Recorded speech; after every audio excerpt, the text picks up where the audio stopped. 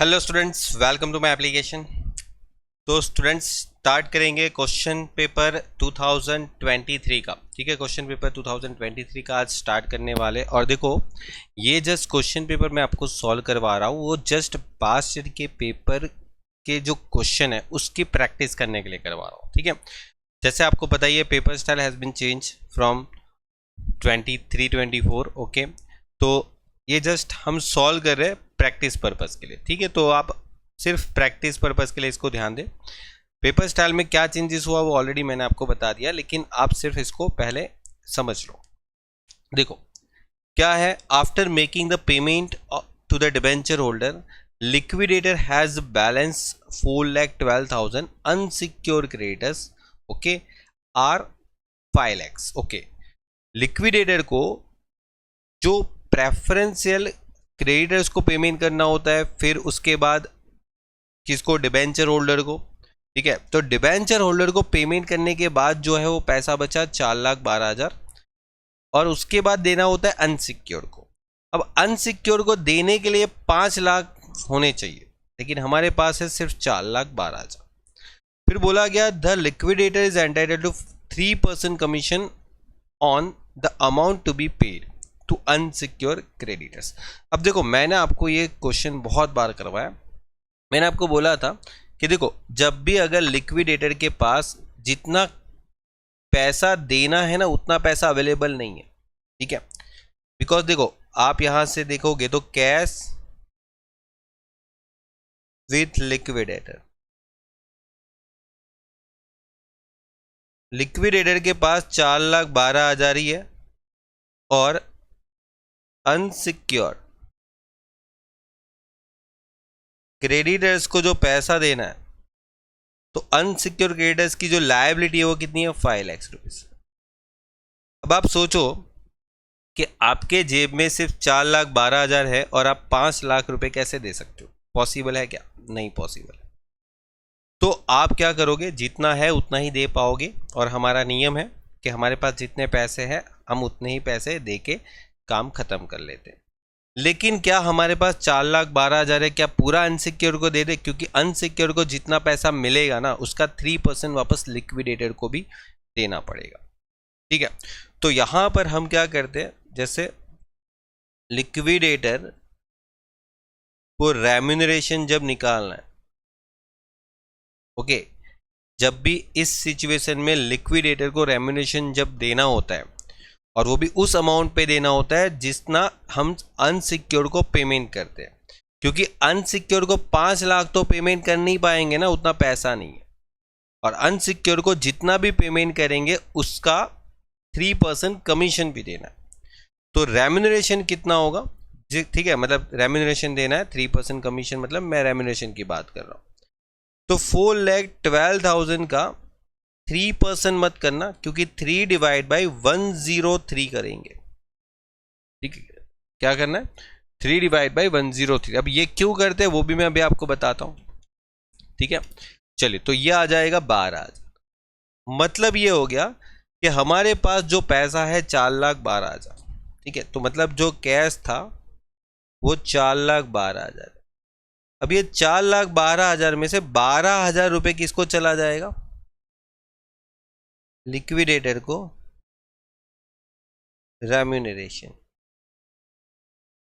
Okay, तो बचा हुआ 4 लाख रुपए है वो किसको देना है, तो ये देंगे अनसिक्योर को। ओके, अनसिक्योर क्रेडिटर्स को। हो गया, मतलब अनसिक्योर को 4 लाख देंगे। अब आप चेक करो कि अनसिक्योर को जितना दिया उसका कितना % कमीशन देना है, बोला 3%। 3% मतलब 3 डिवाइड बाई 100। ठीक है, मतलब अनसिक्योर को जो पैसा मिलेगा ना उसका 3% देना। देखो यहाँ पे लिखा है 3% commission on amount to be paid unsecure creditors, और आपको बोला क्या है, compute the liquidator remuneration and amount paid to the unsecure creditors. हो गया, दोनों अमाउंट आ गया कि लिक्विडेटर को कितना देंगे और अनसिक्योर को कितना देंगे। ठीक है, और कभी कभी इस क्वेश्चन में ये भी पूछ लेते हैं कि find dividend. Okay, dividend paid to unsecure, मतलब एक तरीके से अनसिक्योर्ड को हम कितना पैसा दे रहे उसका परसेंटेज पूछा है। मतलब यहां पर ऐसा बोल सकते हैं percentage of payment made to unsecure. मतलब देखो हमारे पास 4 लाख रुपए है जो मैंने अनसिक्योर को दे दिया, लेकिन अनसिक्योर बेचारे को कितना पैसा देना था 5 लाख। तो यहाँ पर 100 से मल्टीपल करेंगे तो 80% आएगा। मतलब अनसिक्योर को जो टोटल पैसा देना पड़ता था ना 5 लाख, उसका सिर्फ 4 लाख रुपए ही दे सकते, 4 लाख ही दे सकते, क्योंकि अपने पास इतने ज़्यादा पैसा नहीं है। चलिए आगे बढ़ते हैं नेक्स्ट क्वेश्चन। अब देखो ये जो क्वेश्चन है ना वो आपकी बुक्स का लॉन्ग क्वेश्चन जो है ना उसका एक छोटा सा पार्ट पूछा है। बहुत सिंपल है, आपको कैश मतलब परचेस प्राइस कैलकुलेट करना। जैसे आर टेक ओवर के, मतलब यहां पर क्या बोला कि एक आर लिमिटेड है वो क्या कर रही है किसी के लिमिटेड को टेक ओवर कर रही है। और यहाँ पर क्या बोला carrying the similar business and the share capital of K limited consist 6000 fully paid up equity share, और वो भी 500 रुपीज़ का, और 1300 डिबेंचर है 500 रुपये का आर लिमिटेड के पास। मतलब ओके क्या हुआ आर लिमिटेड टेक ओवर कर रही है किसको के लिमिटेड को। ओके अब यहाँ पर क्या बोला कि आर लिमिटेड एग्रीड। अब यहाँ पर है ना आपका टॉपिक इधर कंप्लीट हो जाता है, फिर इधर से नया सेंटेंस चालू हो जाता है कि R limited agreed to discharge the purchase price as follows. Okay ये आपका हो गया। और पहला पॉइंट क्या बोला कि 90 रुपीज़ आपको कैश देना है एक शेयर के हिसाब से के लिमिटेड के। मतलब के लिमिटेड के कितने शेयर है, बोला कि सर के लिमिटेड के है ना 6000 शेयर है, के लिमिटेड के पास 6000 शेयर है, और ईच ओके एक शेयर कितने का है, बोलो एक शेयर कितने का है 500 रुपये का है, यहां पर बोला है। और हम जब उसको पेमेंट करने वाले हैं, मतलब जब आर लिमिटेड जो है जब उसको पेमेंट करेगी तो कैसे पेमेंट करेगी, कैश कितना देगी, बोले सर 6000 शेयर है, एक शेयर पे 90 रुपये हम दे देंगे पहले तो उसको। ठीक है मतलब हमें है ना के लिमिटेड की कंपनी खरीदनी है, तो हमने उसको क्या बोला कि देख भाई तेरे 6000 शेयर है, एक शेयर के बदले में मैं तेरे को 90 रुपये दे दूंगा। ठीक है तो इस तरीके से आप क्या निकालोगे परचेस प्राइस। मतलब आर लिमिटेड कितना परचेस प्राइस देगी, मतलब परचेस प्राइस मतलब एक तरीके से परचेस कंसीडरेशन कितना पैसा देगी। तो देखो बोला 4 शेयर और देना है, वो भी 100 रुपये का फुल्ली पेड अप, और वो भी मार्केट में 140 रुपये के हिसाब से कोटेड हो रहा है। मतलब उसकी मार्केट वैल्यू 140 रुपये, और एक शेयर के बदले में। तो यहाँ पर तो सर क्या हो गया कि इक्विटी शेयर भी देना है, इक्विटी शेयर, एक सेकेंड, ये पहला हो गया, ये दूसरा। अब इक्विटी शेयर भी देना है, मतलब आर लिमिटेड क्या कर रही है के लिमिटेड के शेयर के बदले में अपने शेयर भी दे रही। तो उसने क्या बोला एक शेयर के बदले में कितने दे रहे 4, ऐसा ही बोला है ना। देखो यहाँ पर बोला है 4 शेयर देने वाले 100 रुपये के एक, ठीक है वो भी fully paid up in exchange of every 4 share. तो मतलब एक शेयर के बदले में क्या देना 4 शेयर देना। तो यहाँ पर कितने हो गए 6000 शेयर के बदले में कितने हो जाएंगे, तो सर जी ये तो अपने कुछ हो जाएंगे 6000 इंटू 4, कितना आ गया 24000। अब ये 24000 शेयर आ गया, लेकिन आपको पता है एक शेयर इन्होंने 140 रुपये का दिया है। तो एक शेयर 140 रुपये के हिसाब से दिया, तो 33,60,000 जो है वो आपका हो जाएगा परचेस कंसिडरेशन।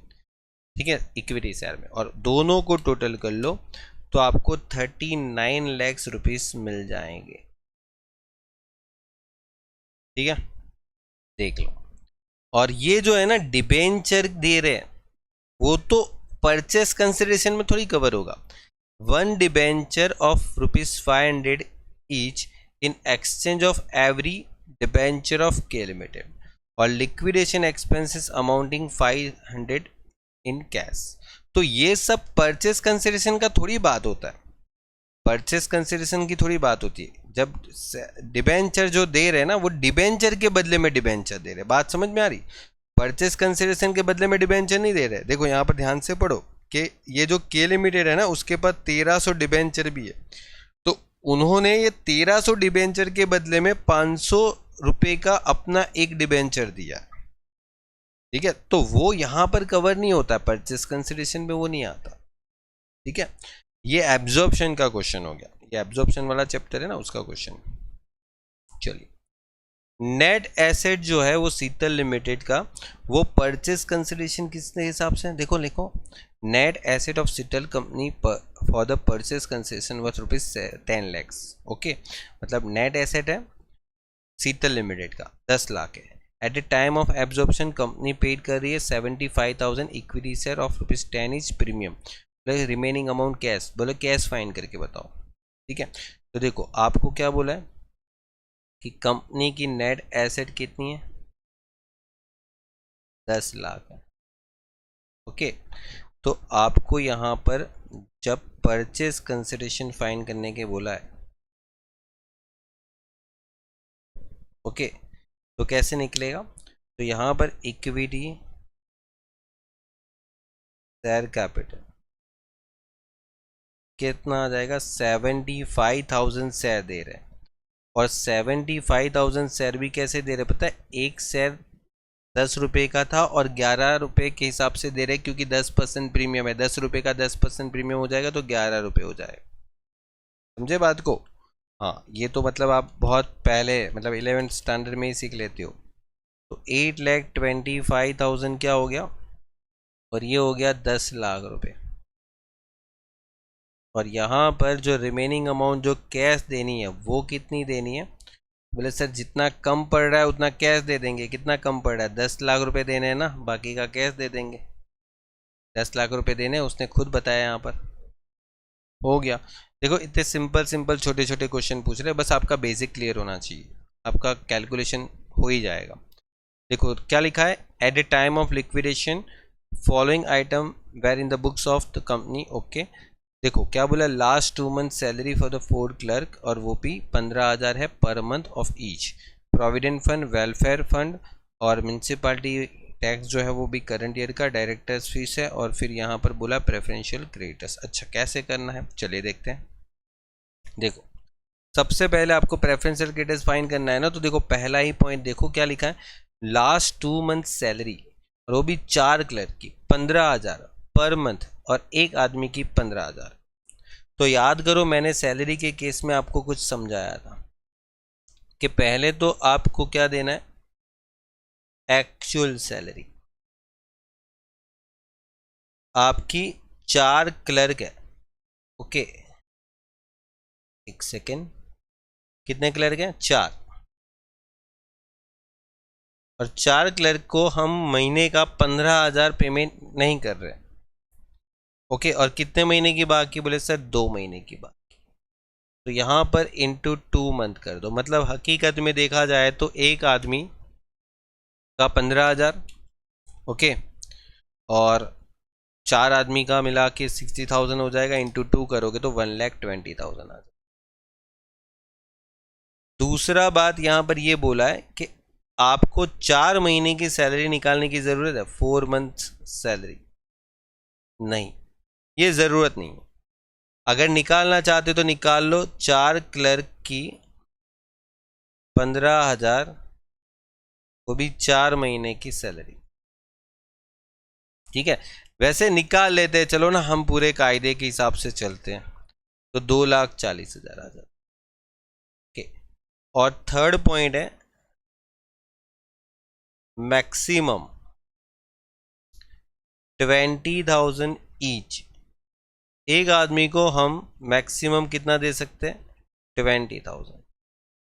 तो यहाँ पर तो 4 आदमी है, तो ये हो जाएगा 80,000। अब ये तीनों में से जो लोवेस्ट वैल्यू है वो क्या है? 80,000। तो वो हमारा हो जाएगा प्रेफरेंशियल क्रेडिटर्स। और आपको यही तो पूछा है क्वेश्चन, प्रेफरेंशियल क्रेडिटर्स फाइन करके बताओ, ठीक है। तो पहला अमाउंट आ जाता है कि एम्प्लॉय की सैलरी, कितनी है? 80,000। सेकेंड, प्रोविडेंट फंड, ये भी आपका 25,000 है, ये आपका प्रेफरेंशियल में ही आता है, आपको पता ही है। एम्प्लॉय को कोई भी वेलफेयर फंड दे रहे, वो भी हमारा किस में कवर हो जाता है? प्रेफरेंशियल में ही हो जाता है, ठीक है। Employ welfare fund, okay. फिर उसके बाद फोर्थ, म्यूनिसिपालिटी टैक्स क्या हो जाएगा? 10,000, क्योंकि ये करंट ईयर का है, याद करना, क्योंकि यहाँ पर मैंने आपको लिखवाया था लास्ट 12 मंथ का ही होना चाहिए, ठीक है। और ये डायरेक्टर फीस जो है वो आपकी प्रेफरेंशियल में नहीं आती, तो बस हो गया 80,000, 25,000, 5,000 और 10,000, मतलब टोटल मिला के 1,20,000 हो गया। चलिए, तो ये आपका कंप्लीट हो गया क्वेश्चन। मिलते हैं स्टूडेंट्स नेक्स्ट लेक्चर में नए क्वेश्चन के साथ।